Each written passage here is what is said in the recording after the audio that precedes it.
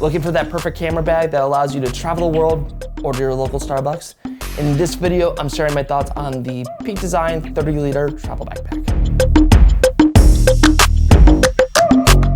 On today's episode of the vlog, we are talking about the Peak Design 30-liter travel backpack. But before I start talking about this backpack here, I want to share some of my thoughts and opinions of backpacks I've owned over the years. Back in the summer of 2022, I took a Rick Steves My Way tour where I went to the Alps with this backpack. This is the F-Stop Cashmere 30-liter. For exploring the mountains, it's a decent backpack. But when it comes to traveling between different countries where you're on the road, going through airport security, this bag is awful. The other major bag that I've owned over the years, and this is probably one of my favorite backpacks, but it's big. This is a Burton snowboard backpack, but it's a camera bag. This bag I can fit everything into. It is the most well-organized backpack I've ever owned, with a lot of different storage options. But the problem with this bag here is it's big. It doesn't look like it's that much bigger than this backpack here, but I always had a really difficult time of fitting it underneath a seat on an airplane. The major considerations that I'm looking for in a backpack is, one, it needs to fit all the gear I want to travel with, and two, it really needs to be organized when going through airport security or even when you're in the country that you're traveling with. Inside this bag, I'll open it up and show you what I tend to travel with. First off, I have the Peak Design capture clip, so I can easily keep my camera outside of the bag. Inside the bag, I have my notebook, my MacBook Pro.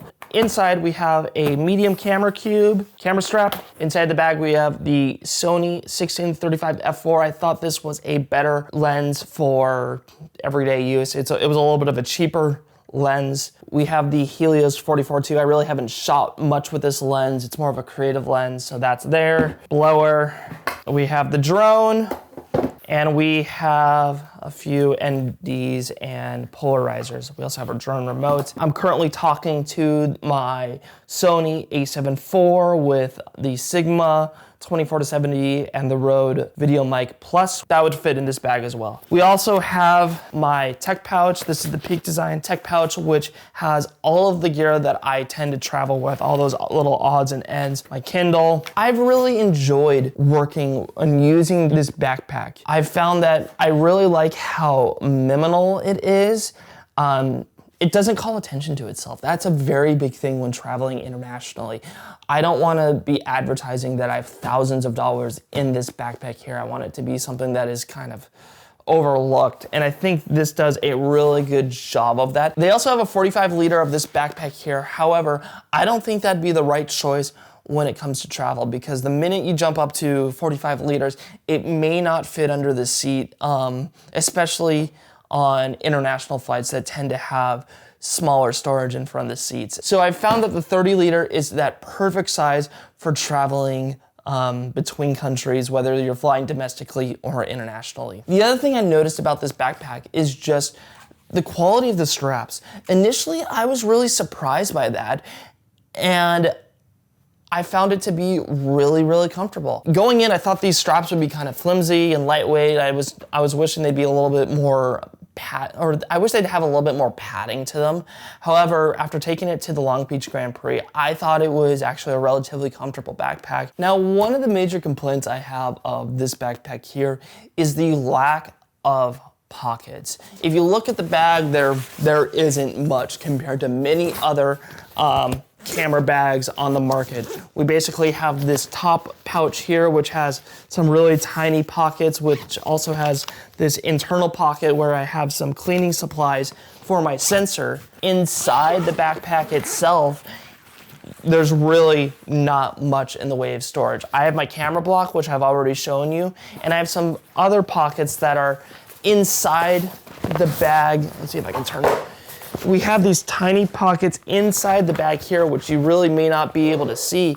And this camera block is really blocking the access to the pockets inside the backpack. So that's like my biggest complaint about the backpack, is the lack of storage. Because like when you compare it against this backpack here, there is so much storage. I mean, I absolutely love this right here and the ability to store things against my back. There's also tons of pockets up here There's more pockets there. There's these nice big side pockets, another big side pocket. So the thing I found with this backpack here, and even this f-stop bag, is that it really doesn't have the adequate storage needed, especially when we have a ton of little pieces of gear that we tend to put everywhere. I really value how backpacks have those storage options for us, allowing us to put things in specific places so that we always know where they're at. I haven't really found that with this backpack here. I wish they would provide a few more options. I know that would change the geometry a little bit, but even the ability to store things, have little pockets here, would be incredible. It would make it really easy to just like store like an ND or a polarizer and know exactly where it's at each time versus picking up something like this or say a Tenba pouch to store that gear. The other thing that I noticed about this backpack here is these side pockets are really small. I tried going on a hike earlier this year and I wanted to take my hydro flask, it's a larger one, it's about 32 ounces, but I felt like I was gonna break the pockets there just because I was stretching it so much. That larger hydro flask, even though it's not that big, wouldn't fit in these pockets here, which was kind of frustrating because if this is a bag that I tend to travel with, I'm going to need to also bring water with me. But overall, I gotta say, I'm pretty happy with this backpack. I think I'll really get a better idea of how I feel about it over time. I think the thing that I've learned about when getting different camera bags over the years is there's no such thing as the perfect camera bag. I've not found it yet. I've been looking for quite some time and I still haven't found it. But for the time being, this backpack here is going to work for my needs, especially when traveling either here domestically in the United States or internationally. I think this bag will fit those needs nicely and not draw too much attention to myself. It's a nice minimal solution that allows me to take my gear overseas without drawing too much attention to myself. And I think it's gonna be a bag that I'm gonna use over the next couple of years, just due to that perfect sweet spot of being able to carry all the gear I want to when traveling, but also having it be able to be comfortable when traveling, whether that's getting it under a seat in front of me or putting it on my back for extended periods of time. So this is the camera bag that I'm gonna be using for the next foreseeable future.